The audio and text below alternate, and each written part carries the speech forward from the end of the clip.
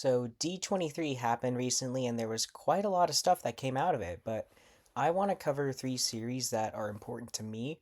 So I won't go over other stuff like Coco 2 being announced or Incredibles 3 because I don't really care for those and haven't seen a new Pixar movie since Toy Story 4. Nomura, you sexy man.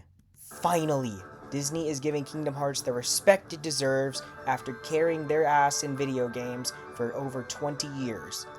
It was revealed that there will also be a Kingdom Hearts anime coming to Disney Plus, which has been something that has been rumored for over half a decade now, and they tried to do a series back in the past in the early 2000s after the first game release, but it didn't get very far. They had some drawings done and some voice lines recorded, but it got canceled pretty quickly. But now they are finally working on getting an anime out there, which is the perfect format for Kingdom Hearts. And I'm glad they went with that medium, and I hope this covers the content we were supposed to get in Missing Link, and it looks like this anime will also have some Dark Road connections as well, so we'll see what happens there. Then, moving on to KH4 content, we got a 4-minute long trailer that shows off some story and gameplay, and a lot of footage from the Coco world. I haven't seen Coco myself, but I've been told it was a good movie, and based off the information I have on the movie, it seems like a perfect fit for Kingdom Hearts, and we do get to see the Keyblade of the world, which looks fine. I prefer the Keyblades that look like actual weapons as opposed to the ones that look like toys. But the world looks beautiful, and it looks like we'll be following the story of the movie.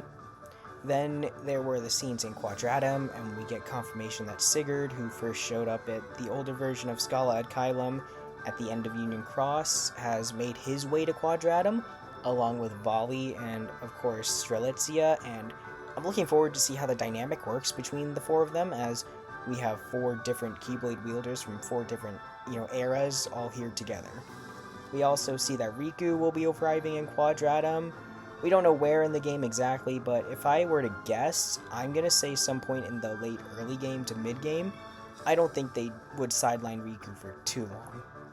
The other really exciting stuff is that we're going to be getting playable Mickey segments, and they look kind of reminiscent of Epic Mickey, at least some of those 2D portion, where in Epic Mickey, when you were transitioning between the different areas, you would go through like those 2D platformers.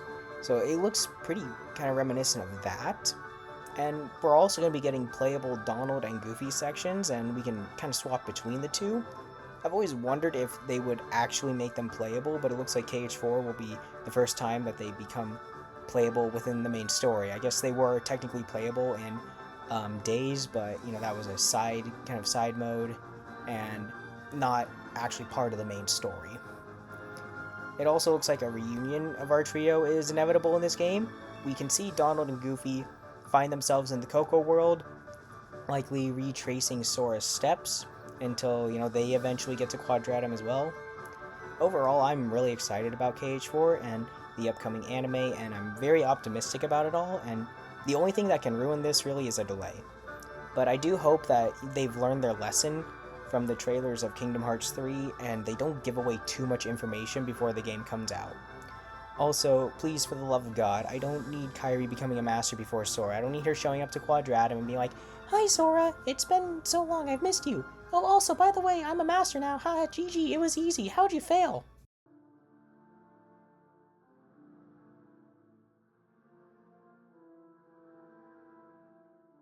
Moving on to less exciting news, I want to talk about Star Wars.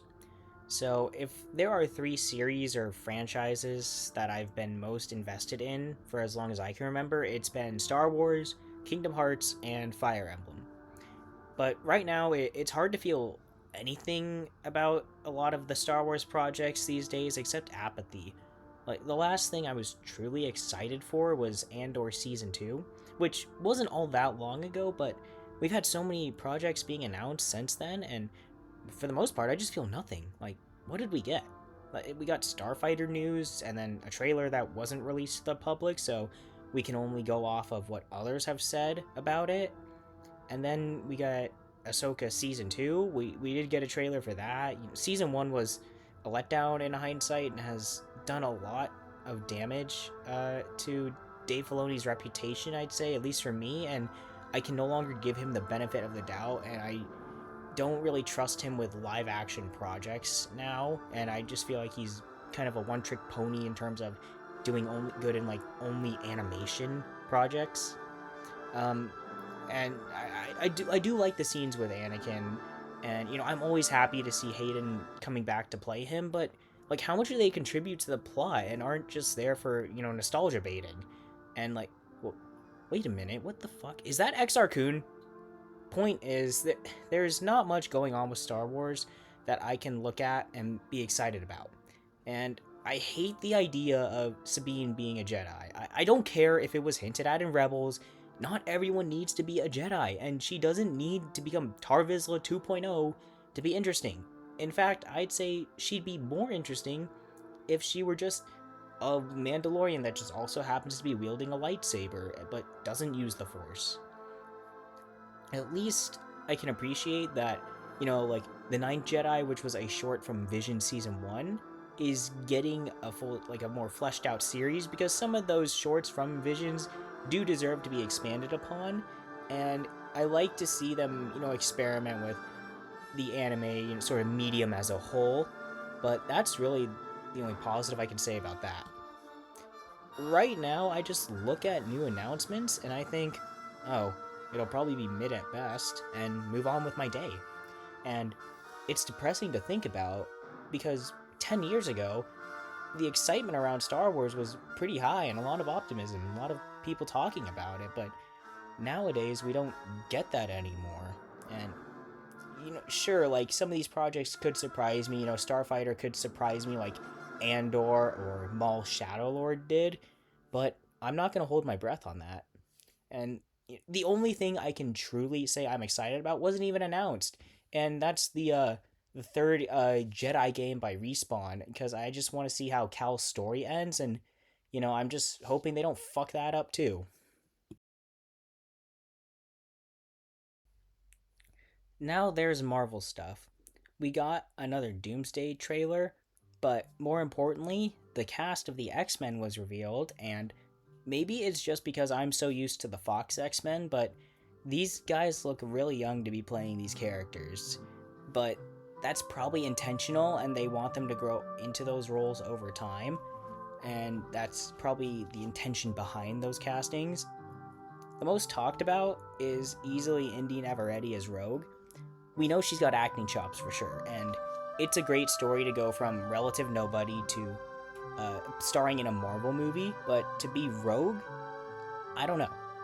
From what I can gather, physically Rogue is about 5'8" with an athletic build, and Indy is like 5 feet exactly. People will say camera work and movie magic can make her taller, but how much of that can you really get away with when there's that much of a notable height difference? And I guess they can also make the other actors playing the other characters shorter too than their comic counterparts to kind of help with that, but that remains to be seen on how they're going to work around that. Then there's the accent. That's going to be tough to pull off, so I hope they get her a good dialect coach to help her with that. Marvel seems to be going for more comic accuracy lately, so I'm going to assume Indy will need to have the accent too. And this kind of goes into that discussion of how much should actors look the part, and I think you kind of need a good healthy split. I think you should look like the character while also being good enough to play the character in the way that they should be depicted. But I don't want to cast too much judgment on Indy or the rest of the cast before I actually see them perform their roles. But with Indy, I just feel like we're trend chasing a bit, and they're swiping up the most talked about actress right now and the most popular one just to get attention. But I hope that she can pull it off, and I hope the writers do her justice. Speaking of the writers, don't let whoever wrote Jean Grey and Brand New Day write anything for the X-Men as a whole. Otherwise, we'll get another mutant doing morally questionable shit at best and downright evil shit at worst, while the writers try to justify it because they're discriminated against and feared. First of all, I'd be pretty fucking scared of a telepath too. We already saw how much damage Jean can do alone, and she needs to take some accountability for what she did down the line. Otherwise, that argument growing online, or that's popping up more and more often about the mutants are actually kind of assholes. That argument just gets stronger. But I have zero faith that the writers will actually do that, and instead, they'll just make excuses for them while turning around and pointing at the Punisher and being like, "No, you're wrong for what you do," even though he does equally morally questionable shit. But the difference between them is that he doesn't get civilians involved, or he does his best to reduce harm to civilians and bystanders. But then they'll point at him and be like, "No, you're in the wrong," but these guys aren't. So if I were to pick a winner from D23, at least from everything I've seen, it's Kingdom Hearts for sure. And I will admit I'm a biased Kingdom Hearts fan, and I've been Stockholm syndromed into liking any news after going years without anything when KH4 was announced. So I've been waiting for a long time, and now I've gotten 2 trailers in 1 year now. So there was no announcement that made me worried, no delays, no controversy, just excitement and optimism. To me, it's very telling that Kingdom Hearts feels like the best news we got, despite it having nowhere near like the reach or the impact that Marvel or Star Wars does. But of course, we can only cast final judgment when we see these things for ourselves. But what do you think? What are you excited about? Let me know. And with that, goodbye.